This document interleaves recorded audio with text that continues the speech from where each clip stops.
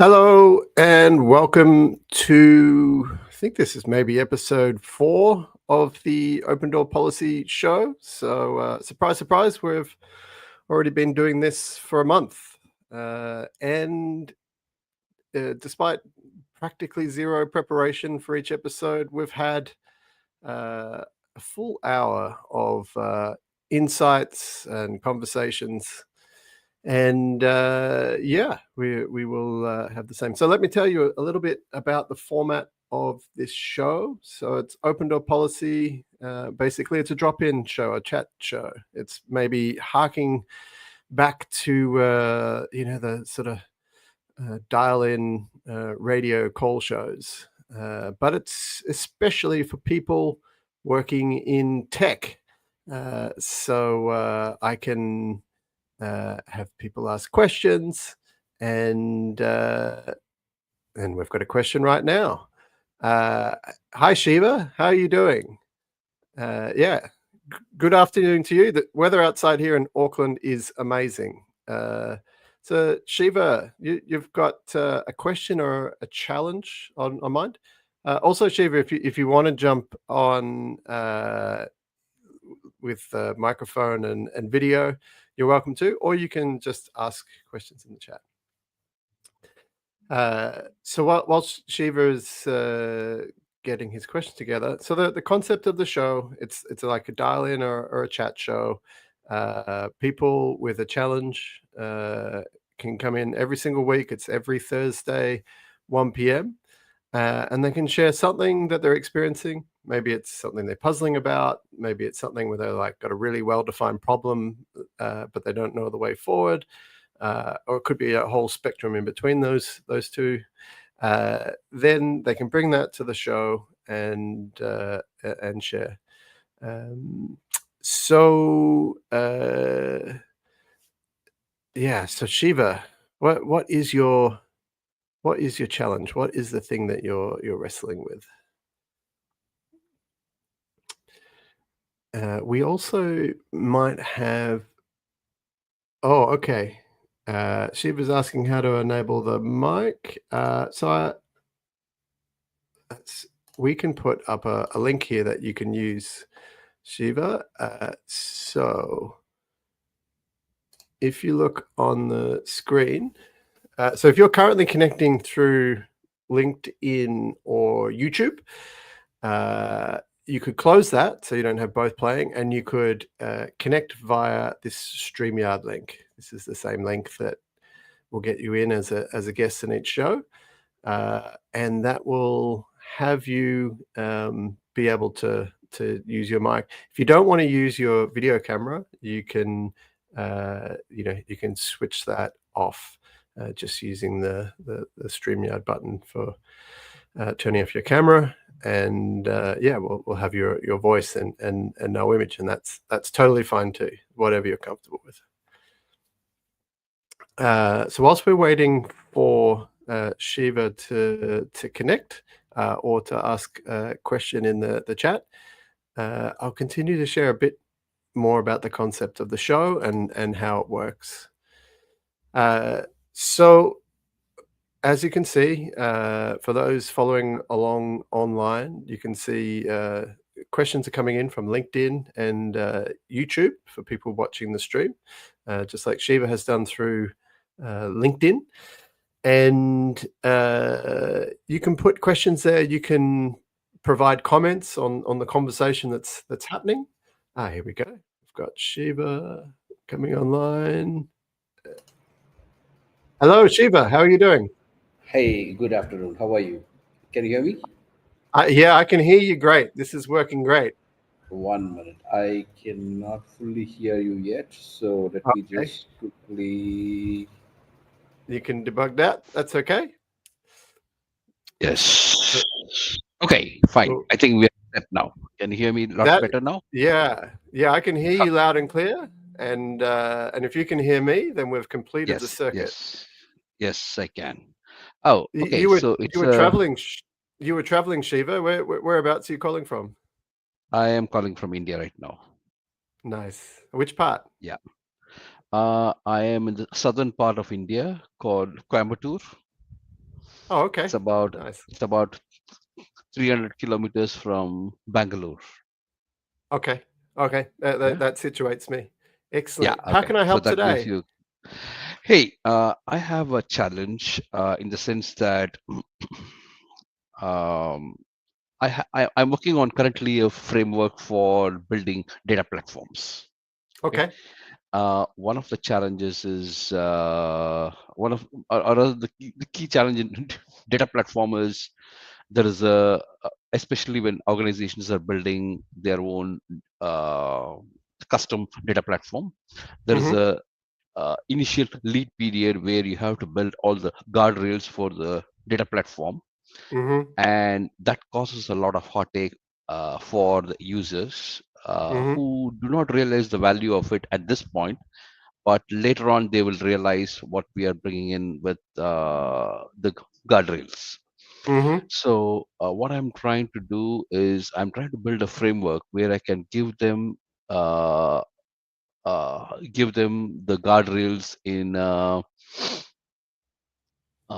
this is all on AWS. So the Yep. guardrails are built for them on a compressed way, kind of, and it's also modularized. So tomorrow, if you want to have a different way for any of the guardrails, you will be able to do that easily as well. Okay, Mm-hmm. so that's kind of what I'm trying to do, and I'm also having a configuration way, and trying to use. No, I shouldn't say I'm trying to use. I am using low code and no code, zero code uh, methodologies over where you can accelerate the data platform implementation by about 600%. Okay. Mm-hmm. Normally, what takes about 9 months to a year, you can get it done within 4 to 6 weeks. Okay. Okay. So it So sounds like there's lots of potential benefits for the user. When you that's right. say that there's sort of friction with the users, like they may not see the value into the experience. How does that manifest? Are they banging on your door wanting to access more data? What shape does it come in? No, see, the thing is, once we start a data platform initiative, they want to see the data in the platform, potentially the next month or so. Okay, Mm-hmm. and in the theory, we can get the data, give it to them, and everything. But yeah, that's not the whole objective of what you're building a data platform for. Okay, Mm-hmm. we need to build something security of sorts. You need to have some kind of orchestration, scheduling. Okay, Yeah. all those kind of things, which are kind of tacit things which the user does not really come into touch with, and those are the kind of things which cause the heartburn. And Mm-hmm. you also want to make it CI/CD compliant. You want to have a DevOps. You want to have some kind of a dashboard for the DevOps. All Mm-hmm. these kind of things start coming into play. Mm-hmm. Do And you need to do you this, need to build every one of those things up front, or are all of them uh, a must-have for yeah, before you go live? 99% of the time you need to have something built, because once you start building the data platform, you are going to run into a lot of challenges. And if these guardrails are not there, then you'll be scampering along to figure out what went wrong or something like that. Mm-hmm. And that is going to cause a problem of trust from the end users in terms of, hey, what is actually happening over here? Mm-hmm. I'm saying there is a problem, and the team is not able to respond to this. So then there is a lot of trust which kind of starts getting eroded slowly. Okay, Mm-hmm. so these guardrails help you in kind of supporting the users once they start using the data and they run into all kinds of challenges. Mm-hmm. Yep. Okay, so in ways you don't need to have everything mature to your 100% capability, but you Yep. need some form of it there so that you can have uh, you can support the users in a very nice way. Okay. Yep, that makes sense. And what are Yeah. the users able to do now before the platform's available?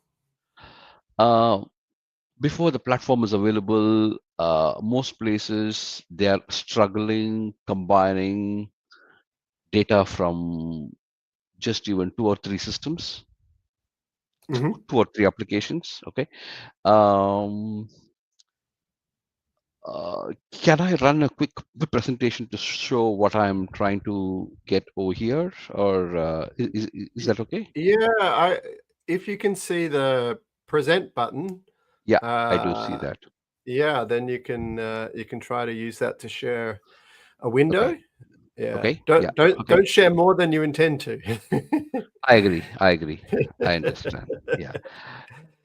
Yeah, it'd be cool. Uh, It'd be cool to see. But I guess whilst you're doing that, di were they able to access the data in a raw form? Like, does the data platform, from their point of view, do they feel like it's a barrier between them getting access to the data? no, I don't see it as what you're talking about, the guardrails and everything.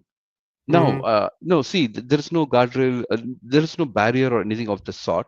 The product mhm, and the framework I'm trying to build is basically to accelerate the whole thing for future data platform implementations. mhm. I, Yeah, me personally, over the last 8 years, I have implemented about 6 data platforms. Okay, yep. with 6 different organizations.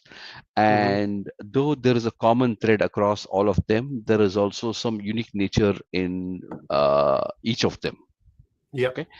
So, I mean, simple things like whether an organization is open to using open source changes certain components of the architecture. Okay. Mhm, Whether the organization is used best of breed, or they say, hey, I want to be totally within AWS. If mhm, AWS is not able to satisfy any of the my needs, then I go into purchasing other products or utilizing other products. mhm, So all these things start coming into play, and that has a impact on the architecture, and that's kind of where I come in. mhm. Okay. So, having said that, let me quickly. So it's not basically the complaint of the users of the whole initiative. They understand to some extent, but to Mhm. get the guardrails up for an organization in a vanilla form, it takes a lot of time to get it done. Okay, Yeah, they've gotta so be that's patient for this exactly, period of time. exactly. Yeah. Yes, yes. Okay. So let me just share my screen here, and I am doing the entire screen, and Okay, now I will okay. put it on the stage. There we go.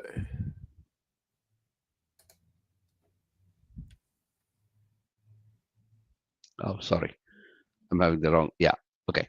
So what I'm trying to do is we are talking about an organization who wants to be data driven. Okay. Mhm, Most of them want to start doing AI and ML. Okay. mhm, And this is one part where probably the business is ahead of IT on the curve. mhm. And Which is what's quite common. yeah, It's quite exactly. common in the companies that I've, Yeah, consulted yeah, to. it Yeah. is. It is. Okay. And what starts happening is they start getting into silo way of working. Okay. Mhm, And this starts going into the part of each one of them have their own kind of way of how they get the data, how they clean the data, and how they start using the data. mhm, And so there is a lot of uh, I would what we can very clearly see is that not everybody is using the best practices within the organization, and mhm, the agility and flexibility in terms of sharing the knowledge between two groups is also mhm. not existent, and then how they can come into a commonality in terms of doing things, that's also kind of going Yeah, out of the wind over here. yeah. Okay. Can I give you And some feedback as we go? sure, go ahead. Yeah. So I think this is great. You're leading in with communication, and that was going to be one of my recommendations. So if you need a group of people to stay patient over a period of time, then communicating what problems that are there and what you're making the association with what you're doing to address it can help bridge the gap. the other option you have, the alternative, is to start further breaking down what you're doing into smaller parts, and with the consequence of being that you're wearing more risk. So that is a trade-off. If wearing that risk is unacceptable, then you have to pretty much compensate with the communication, because they've got to know that there is value waiting for them at the end of that period of time that they've been patient for. Does that make sense? That definitely makes sense, and the communication works with the end users. Okay, Mm-hmm. but when you look at the project controllers, so to say, or the IT head who is writing the check, okay, Mm-hmm. Yep. they don't come from the data aspect of things. They come from the application aspect of things, Mm-hmm. and they don't realize these parts of it. That's the challenge Okay. which I face in quite a few organizations. I'd say, I wouldn't Mm-hmm. say all the organizations. In some parts, yes, they are able to understand it and appreciate it.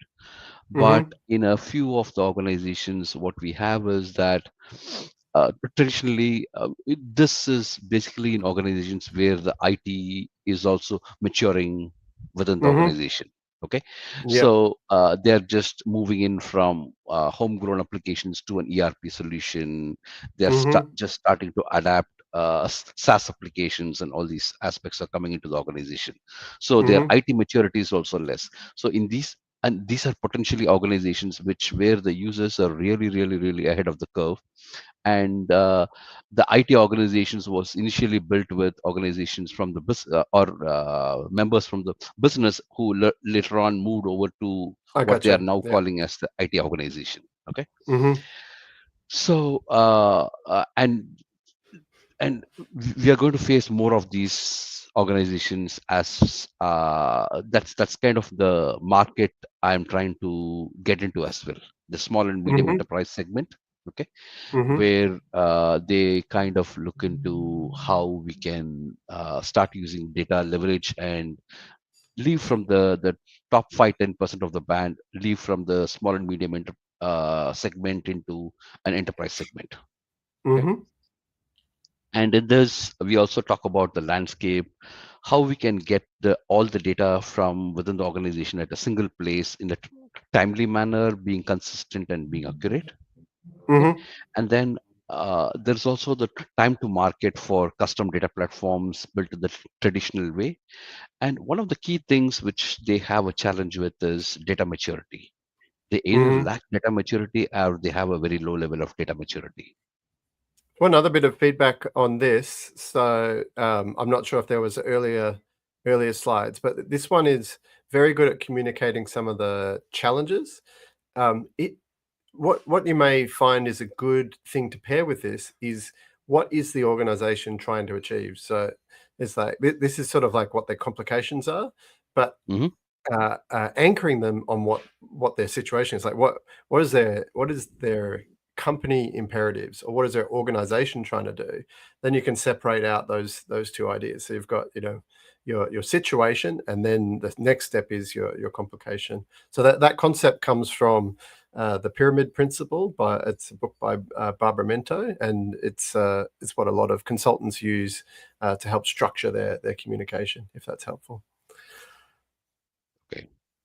Yeah. Okay. So this is what I'm trying to help organizations with my data platform framework. Hmm. Okay. Yep. So if I go into it, I have a kind of a feature list. I don't want to go into these things. I just want to Hmm. see how how how the whole thing is being solved by this approach, and this is what I'm Hmm. trying to do. And you have a framework based approach where it's a fully configurable zero code, low code. It uses native Hmm. resources. Right now this works on AWS. Okay, and what Hmm. I'm trying to do is I'm trying to get into either replicate the same thing in Azure and GCP as well, so that if organizations are using a different hyperscaler, then they can use any of them. Hmm. Okay? And it costs them 25% of the traditional cost, which means they have a cost savings of around 75%, and Hmm. 600% faster. And one of the key things I'm trying to give them is also increased data maturity and or build the data maturity along with the platform. So all of these things seem good. They're communicated very much in how we as engineers think about these. I would say, Hmm. with the exception of the speed and cost, which I think is probably the most accessible messages on this slide. Yeah. But sometimes you need to draw the dots between what the capability is, and what problem it solves for them. So that might be another one. Again, it's like, if you're wanting to reach these different audiences, whether it's the head of IT, or then you've got to put them yourself in their shoes and think, okay, what are the problems that are a priority for them, and then join the dots between what you're offering and what problems they have. So that way you can be communicating in terms that they understand, and they're seeing the actual rationale. You can say, this, it's got to be fully configurable for these reasons, because it helps you with this problem that we've established you have. So that and that can be advice that's relevant whether you're putting a platform forward, or putting the case for any sort of change in the workplace, Okay. helping, thinking of the audience, and then thinking of what are they trying to achieve, what problems are they facing, and then where does the value you're providing help answer that. Is that helpful? Yeah, that's helpful. Mm. The challenge I'm having pretty much is, or rather, more in terms of how do I start evangelizing this, knocking on doors of either CXOs and Mhm. CIOs, CDOs to have a conversation. Okay, Mhm. Yep. let's face it, I'm a techie. Okay, Yep. and that's one of the biggest challenges for CTOs, technology people Mhm. or technocrats, you want to say. Okay, Mhm.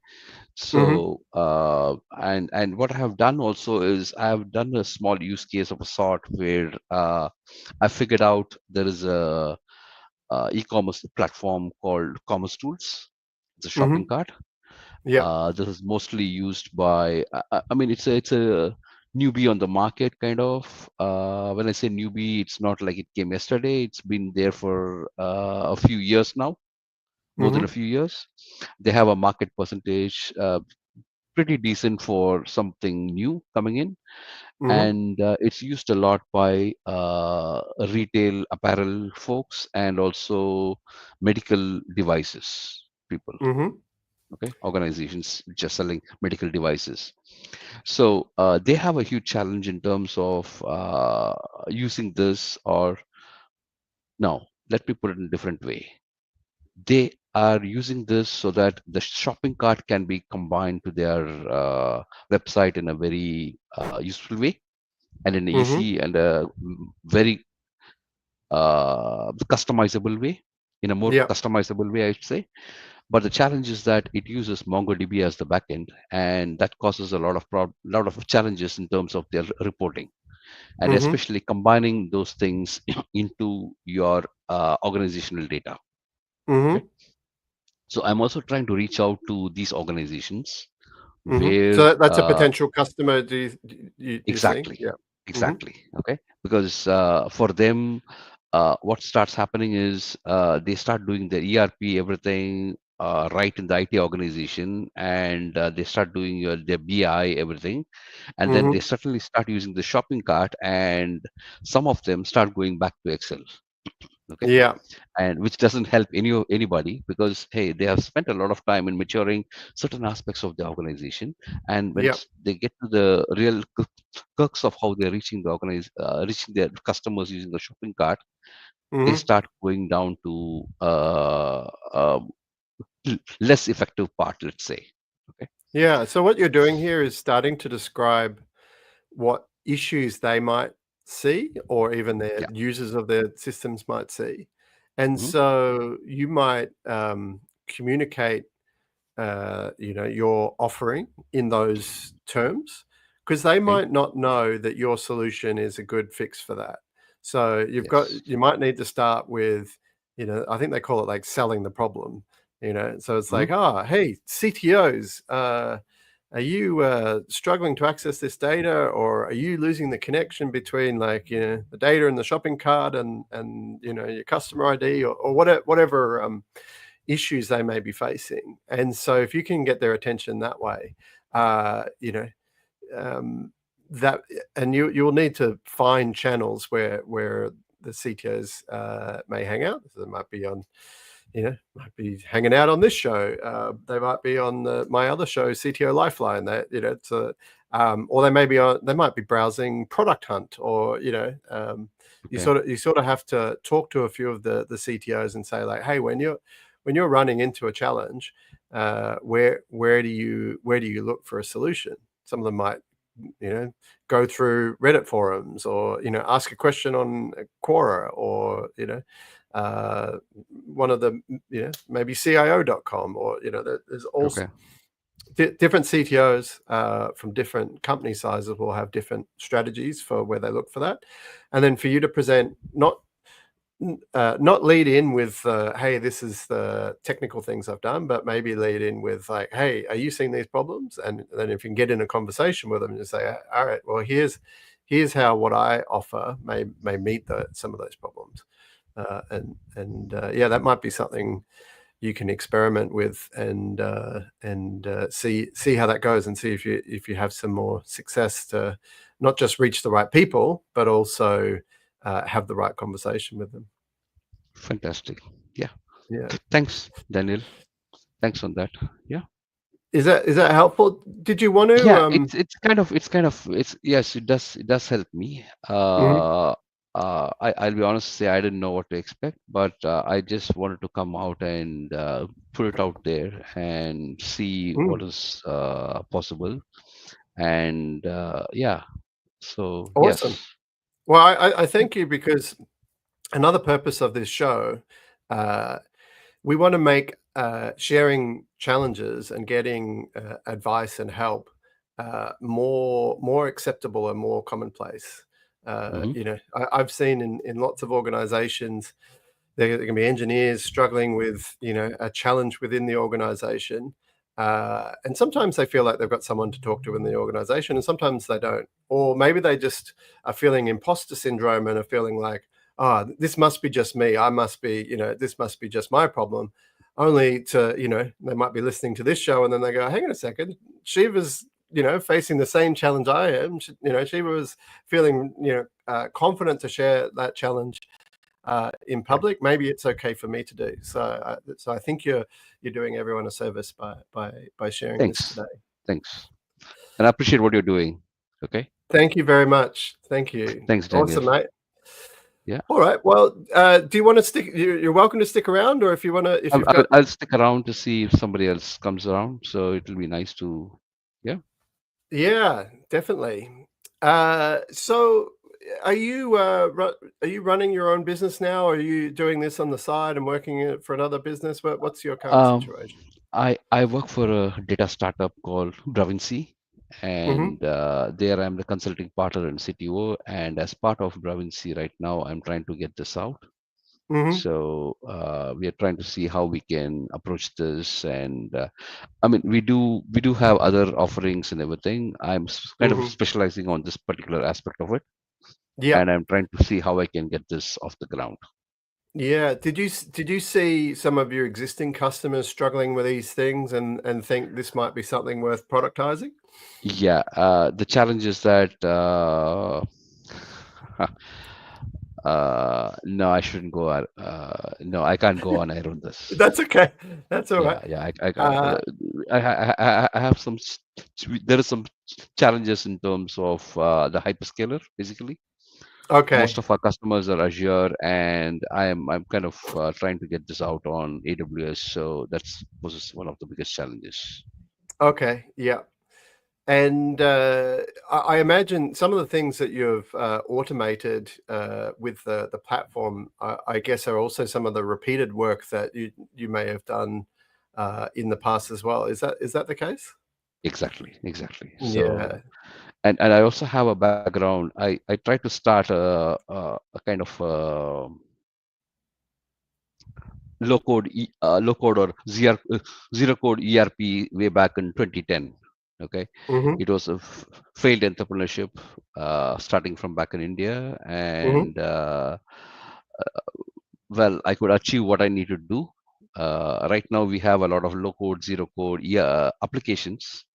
Mm-hmm. You can build them using various platforms, but I was targeting more as a ERP system itself, as a low code and zero code. So I'm trying to Mm-hmm. kind of get some of my learnings from that into this aspect as well. Oh, okay. Yeah, bringing those skill sets and knowledge Yeah, together. exactly, exactly. So I saw John comment here, and I thought John might pop in. I'm wondering if he's having some uh, technical challenges. John, you can use the StreamYard link, which is on screen. How about I also put it in the comments, just in case makes it easier. Let me grab that. Copy and paste. Okay. All right. So that's put in the comments. Also, anyone else that is watching, so this is going out via LinkedIn and YouTube. So we have audiences on both. If yeah, you can use that link, and you can come on the screen like Shiva has and share a challenge, and we can talk it through. If you've watched previous show, you might know more about me. So I'm Daniel Walters. I'm a CTO coach. I'm a former CTO, CIO, and CPTO. So I've worked across software engineering, IT, and product responsibilities throughout my career.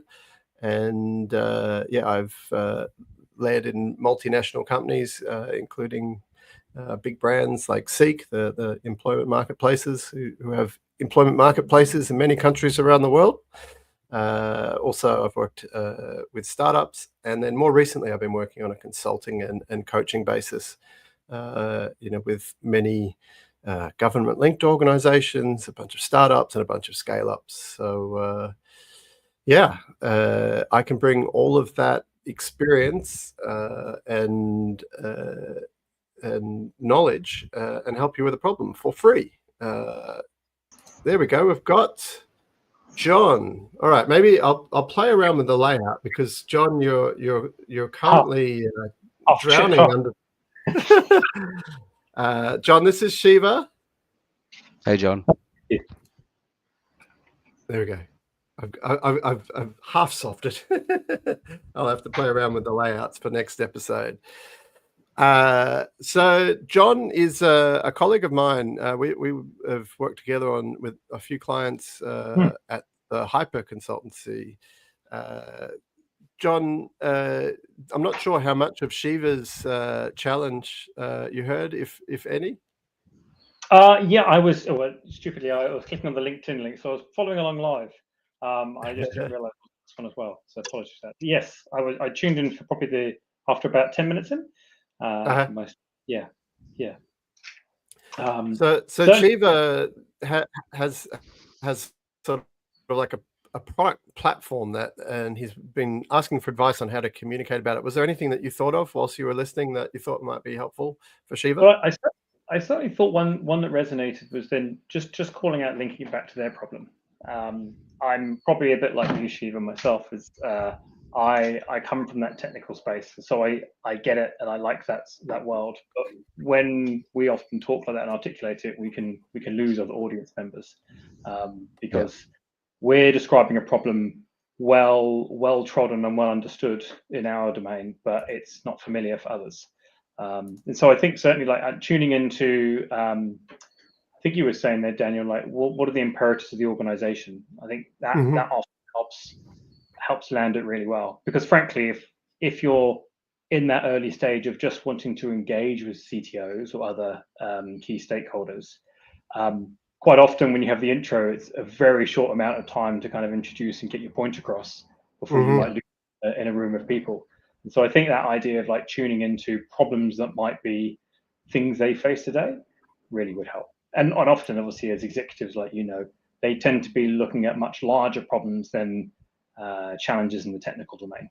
So the challenges in the technical domain manifest in the larger problems, but that's not usually their primary focus. So I thought actually that one of linking to their problems and the imperatives of the organization probably could help.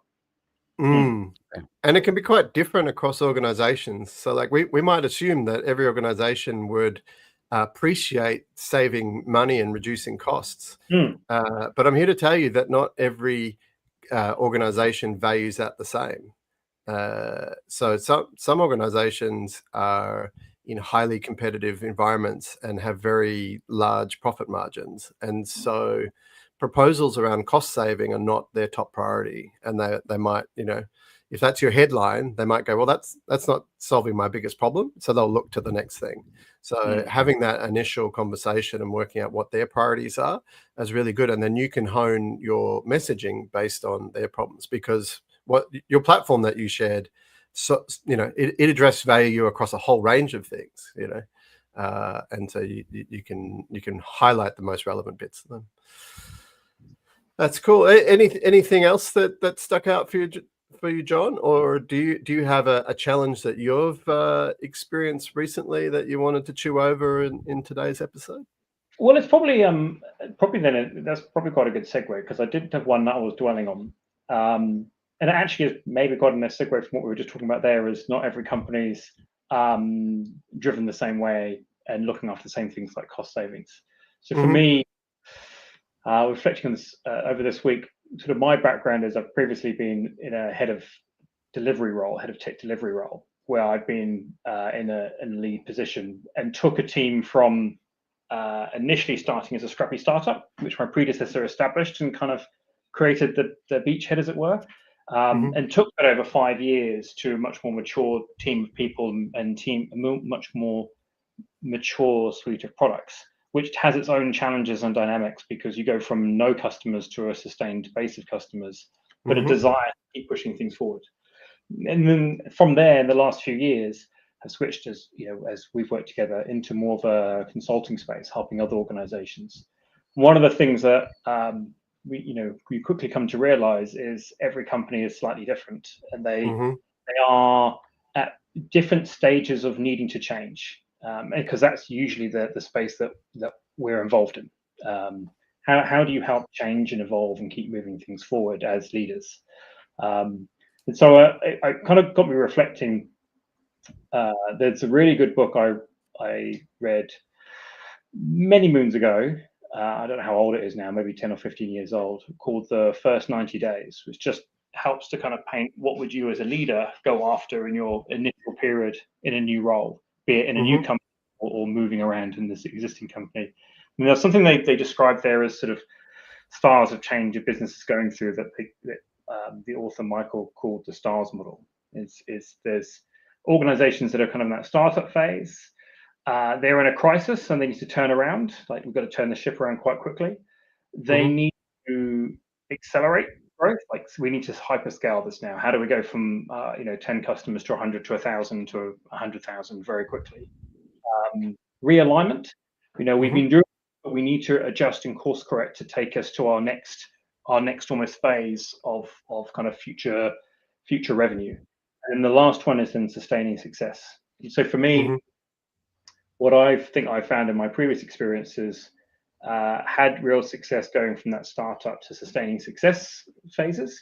But a lot of more recently, the clients we support have been more in that realignment stage. And that's quite, because with realignment, I believe, is this challenge of we do things well, and we've got pockets of talented people all doing good things and delivering great results. But what we need to do is really shift our thinking to open up this next wave.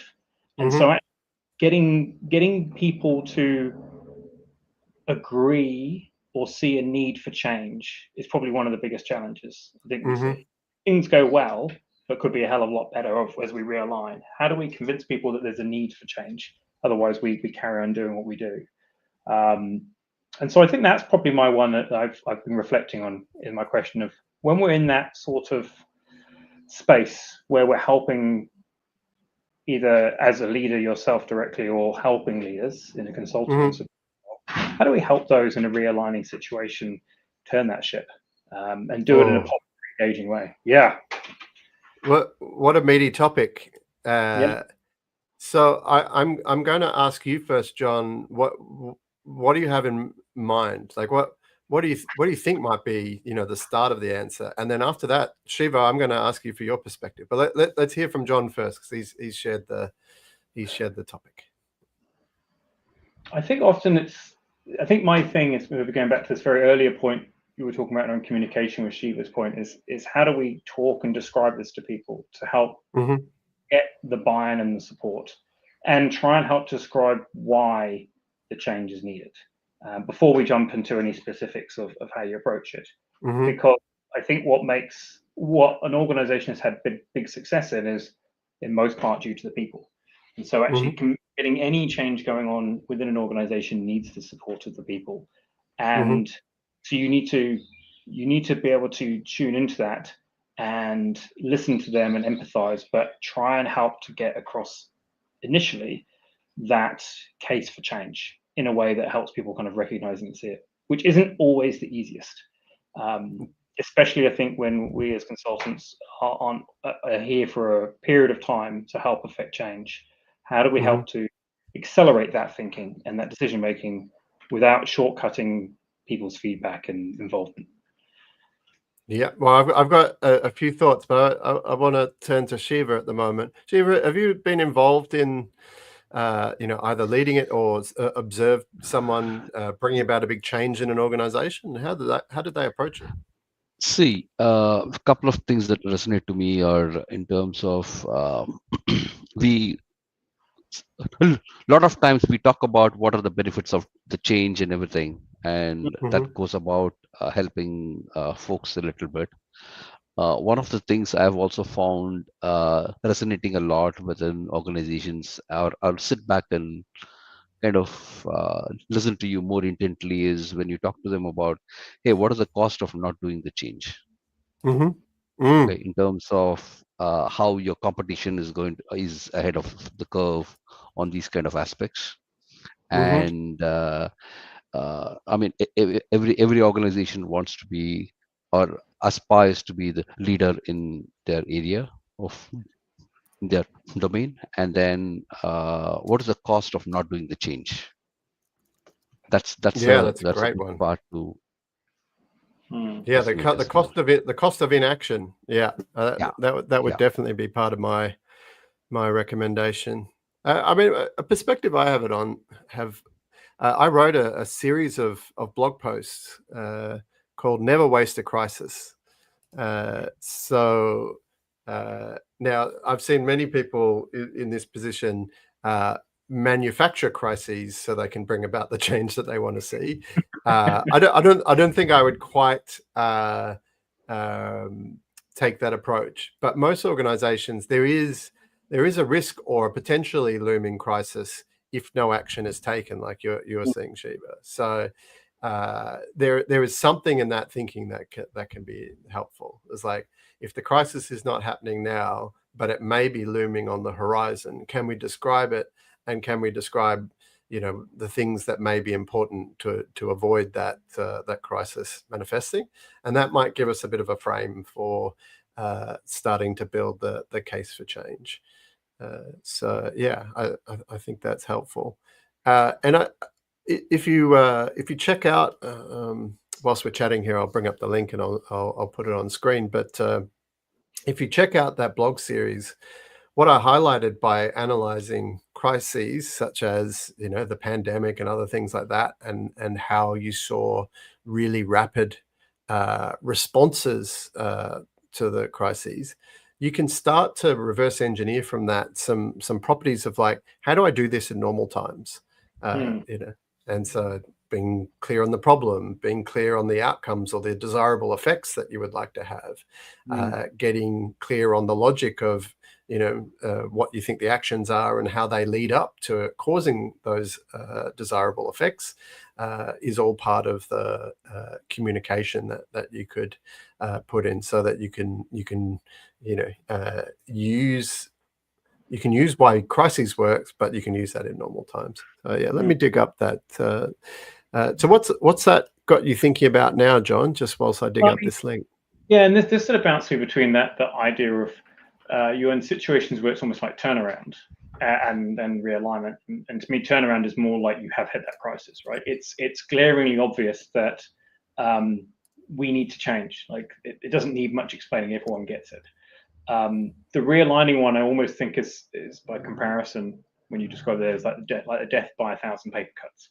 So we can all kind of acknowledge there's a need for change, but me in my space doesn't necessarily need to change that much, because me in my area isn't the one causing the reason for this. And that's I think often the challenge, is how do we collectively get that buy-in across those key groups to collectively move forward to get your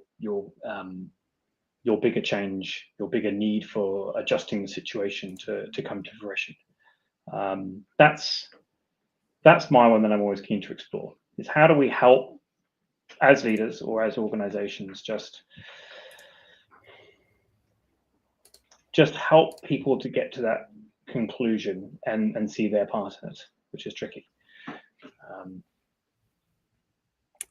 So I found that blog post. So I think it's a 6-part series. So it's called "Never Waste a Good Crisis," which is a famous quote which had been attributed to Churchill. But then when, like any good quote, as soon as you start researching it, you realize that there's good evidence they never said such a thing. So, never let the truth get away of a good story, though. So yeah. It feels like 50% of all quotes are attributed to Mark Twain, and I'm now wondering whether he said even half of them. Yeah. So where I'm sort of thinking with this is there is this. I think out loud. I think a huge part of this in these situations is going into that communication and change piece. Is there's this lead time to help continually share and tell the stories of why there is a need for change. And I guess like the example framing is, we need to be changing so that in 5 years' time, X, Y, and Z will happen. And that could feel like quite a long way away. And that impetus to change is always kind of, it's there, but it's not like glaring you right in the face like a turnaround might be. I think that's probably the piece, is that there might be a slightly longer runway to get momentum, but you need to then help focus in on the communication, telling the stories of why this is needed, and almost you create this combined case of everyone's 5% pain to turn into the why we need to make a bigger change, or what is the driver for this bigger change to get people bought into it, which isn't more change here and there, but bigger. Yeah. So you mentioned communication, and the other misstep I see often is that people realize that communication is a key part, but they may not realize what is the amount of communication that could achieve, could get the job done. So they might have it brilliantly articulated, and then they present it once, in a town hall or in a leadership meeting, and then that's the last that's heard of it. And there's an assumption that everyone got it, and that it's all there. It's I've written about communication planning, and there's a rule of thumb. It's like communicate it 5 times in 5 different channels. Don't analyze that tip too closely, because it's really just designed to give people a sense of like, oh, hang on a second, have I communicated? Yeah, it's not one and done, and I've got to realize that I've got different audiences that I've got to reach, so I'm going to tailor the message differently. Those audiences have different preferences in terms of, where they hear and learn best. For some people, it may be hearing in the town hall. For others, they might really struggle to have those messages land in the town hall. But if it goes out on the Slack or in an email, or is in a long piece of prose, that might be much more suited to their learning or receiving style. And so if you've got a message that's really important and you need everyone to get behind it, then you better be repeating it, and you better be doing it in multiple channels and adjusting it for each different audience as well.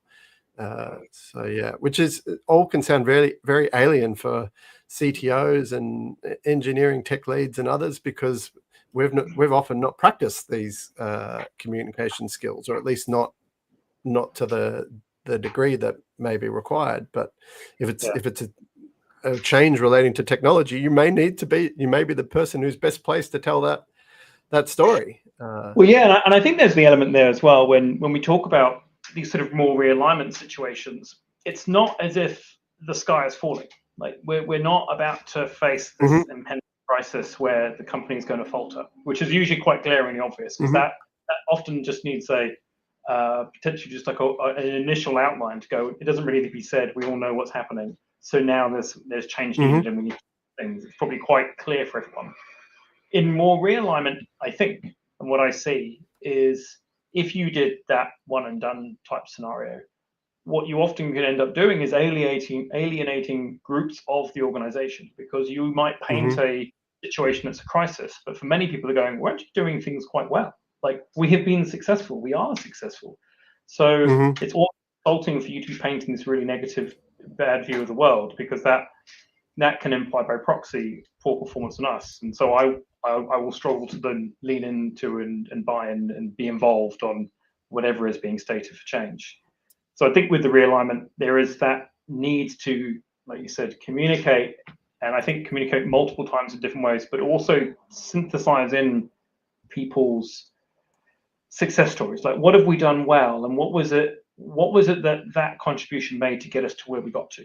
And now if we're trying to get to this next stage, well, why does that matter? And how do we then play a role in that? And I think even if people are then getting resistant to say, well, are you saying I'm wrong? It's often a no, but we've been successful. How can we be more right in this? How do we get to where we get to and get you involved? I think that's the key, is the buy-in when we're successful already. To get to that next stage is so challenging, and touching on it different ways with different people, and probably also big, almost town hall sessions and down into more intimate sessions where you can make the space for people to share their stories and what's been successful for them and what they themes, to try and capitalize on that and see how you can accelerate that for another wave. Yeah, I love your use of the term stories, because I think it is really about stories. And when I think about channels, so you mentioned town hall, I feel that, I would describe that as a channel. And then those more intimate small team meetings, it's 6 to 10 people in a meeting, that might be another channel, in addition to those sort of technical channels of email and Slack and all that sort of stuff. So when you do a communication plan, you might be thinking, okay, well, what do I need to say week 1? What do I need to say week 2? And what am I doing about that in each channel? And it's like, how am I creating space for others to share their stories relevant to this theme in that channel? So I put the link on the screen in terms of improving understanding and empathy with an organization and communication plan. And that's, that might be for a big change. That might be, something that's more evergreen. That might be for a particular issue. I've coached people within teams I've worked with on this for all manner of things. Anyone who is looking to have more success in getting a message across and by getting it more support. Now, John, I'm keen for. Can we get more specific with the realignment example? Do you have any ones that you can share without commercial in confidence issues? But are you able to share an example of a realignment change, or even synthesize one that is that's an example of that? Shiva, welcome back. We lost you briefly, but Yeah, thank you yeah. for I just had reconnecting. to. Thank you. I had just disabled my camera for a small moment. Yeah. Yeah, that's okay. Whilst John's thinking, oh, you got one, John? Yeah, it's a somewhat synthesized one, but Mm-hmm. based on some truth. So you kind of imagine a situation where you go, we as an organization have been operating for decades, Mm-hmm. on delivering a particular service, which actually does well. Like the service is robust, we can incrementally update it, and it's providing a decent revenue stream for the organization. Like it's Mm-hmm. a going concern, and it's very good, but we can recognize that over the hill and far away, the industry is starting to disrupt. And so while it's great now, maybe in 5 or 10 years, it won't be. And so seeing this potential decline is coming, how do we then adjust ourselves to open up different offerings, different value stream offerings, or different product Mm-hmm. lines that might either complement your main revenue stream or even supplant it in time, where Mm-hmm. it step aside in favor of a new one. That's probably a kind of Mm-hmm. somewhat sized version of a real life experience I've had Mm-hmm. with an organization we've supported, where you're trying to say, right, how, given that's a long way away still, and so the here and now matters, and so we're Mm-hmm. going, well, incredibly successful all this time. How do you get that buy-in and realignment to unlock Mm-hmm. or unlock the stepping stones you need to start taking to be ready for what comes in 5 years' time, knowing that we don't know what that will be and what's going to be successful, but what we have a high likelihood of happening is what's working today won't sustain us over the next decade because that is Mm-hmm. going declining, and we're starting to see that. If you look at some year-on-year trends. So Yeah. what? That's And probably an example. could the implications of that risk playing out be these organizations being disrupted or their sort of cash cow revenue lines declining? What could be the consequences? Yeah, more. I think more the cash cow revenue lines declining. Mm-hmm. Because yeah, I don't think it's necessarily the industry in that example is Mm-hmm. massively disrupting, but it's certainly adjusting and evolving. And so Mm-hmm. what consumers and customers and organizations are using as products and services are evolving over time. And so if you don't evolve, you'll miss out. And probably the challenge, maybe in that example, is it's not as if it's a 5% tweak every year will get you there. It Mm-hmm. needs something more fundamental. So we need to significantly adjust how we do things to be ready for what comes next. That's Yeah. probably So the secondary issue may be if we leave it to 5 years from now, we know that we may not be able to shift quickly enough to deal with it. So yeah. to deal with that pace of change, and if we know that limitation about our organization, that might be a second part of the reasoning to act now. Or if you need to find new lines of revenue streams, that often requires a lot of experimentation and Yes. or research on what other acquisitions you need to make, or whatever way you're going to get there. So you can sort of see how you can start with the risks, and then you can build out sort of the outcomes over the long term, and then you can start to work backwards and say, like, okay, well, what would need to be true in order for us to to be able to meet this successfully in the future. And I like that one actually. Starting with the risks and then the communication plan you said before, because in Mhm. that it would be like, well, what's worked well for us is we have an established line that we can tweak and evolve. We don't know what the future needs are. Mhm. It's going to need a lot more experimentation, and so it needs our ability to think, explore, deliver in that way, which is quite a change. And that could be one that people go, I accept that. That makes sense to me because it's not insulting the past. It's just Mhm. acknowledging there's a future need that's different to what we faced before. And so how do we do That's that? right. Quite a nice one. Yeah. I also, going back to your communication plan, I like that being more deliberate on outlining that. But probably something in there as well is then how do you know what you're sharing is hitting the mark? And so there's a feedback loop piece to add in, which it's got me thinking. So more thinking to be needed there. Brilliant. That's good. Well, excellent. Well, thank you both. We're actually already out of time. We have been going for 59 minutes. John and Shiva, thank you very much. John, do you have anything you want to plug? Where do people find you? You can find me on LinkedIn. Up there, John E. Stevenson, here in New Zealand. Yeah. And you, Shiva, where do we find you? Yeah, you can find me on LinkedIn as well, Shivakumar Gopalakrishnan, and I'm based out of Netherlands. Yeah, you can see if you look in the comments on the Open Door Policy LinkedIn page, Shiva has posted there, so you can connect to him nice and easily there. Well, that's brilliant. And you can find me at Great CTO. We've also published the first episode of Open Door Policy as a podcast, which you can find over at wayuda.podbean.com. So if you, I hear, John, you went for a run and listened to episode 1 on the go, which I think is a great way. Yeah, and I've edited it down to 45 minutes, so that's jam-packed full of insights for people. Anyway, so thank you very much, and we'll catch you next week for Open Door Policy, and that'll be the last episode before my Christmas vacation. So should be a great one. Catch you then. Thank you. Thank you.